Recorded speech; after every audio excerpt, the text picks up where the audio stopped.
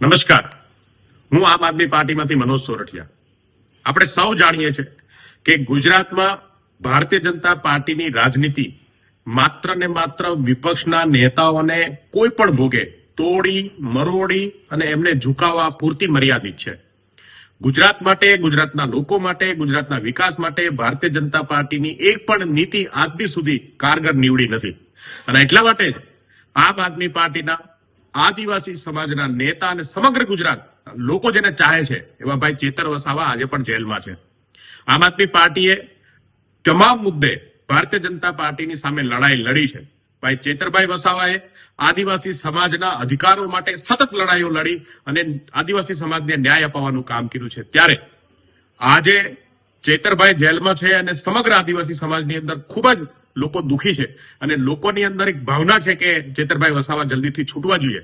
અને એના માટે આમ આદમી પાર્ટીએ જ્યારથી એ જેલમાં ગયા ત્યારથી લઈ અને છેલ્લા ઘણા દિવસથી અલગ અલગ વિસ્તારોમાં 400 થી વધારે પદયાત્રાઓ કરી. એમના સમર્થનની અંદર સમર્થન માર્ચ કાઢવામાં આવ્યો. ત્યારબાદ ડેડિયાપાડાની અંદર ભવ્ય વિશાળ સમાજનું એક સંગઠન અને સમાજના લોકો ભેગા થયા અને માંગ થઈ કે ચેતર વસાવાને જલ્દીથી છોડવામાં આવે. અને આ ચેતર વસાવાના સમર્થનના આંદોલનના નવા તબક્કામાં આમ આદમી પાર્ટી આગામી સમયમાં તમામ પૂર્વ પટ્ટીના જિલ્લાઓની અંદર ચેતરભાઈના સમર્થનમાં સિગ્નેચર કેમ્પેન કરવામાં આવશે. એક પત્ર તૈયાર કરી અને રાષ્ટ્રપતિ મહોદયને મોકલવામાં આવશે.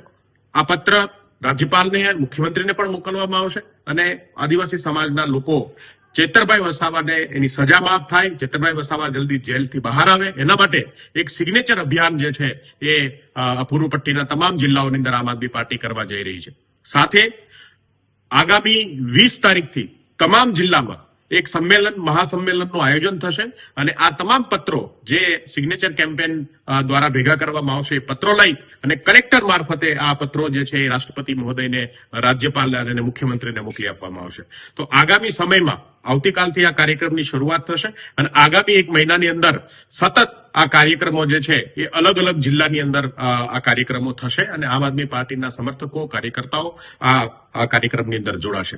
આદિવાસી સમાજ આજે ચેતર વસાવાને પોતાના નેતા તરીકે, પોતાના મહાનાયક તરીકે માને છે અને આદિવાસી સમાજ ગુજરાતનો એ ચેતર વસાવાની સાથે આવી અને ચેતરભાઈની સજા માફ થાય એના માટે સૌ સાથે મળી અને પ્રયત્ન કરીશું. જય હિન્દ, જય ભારત.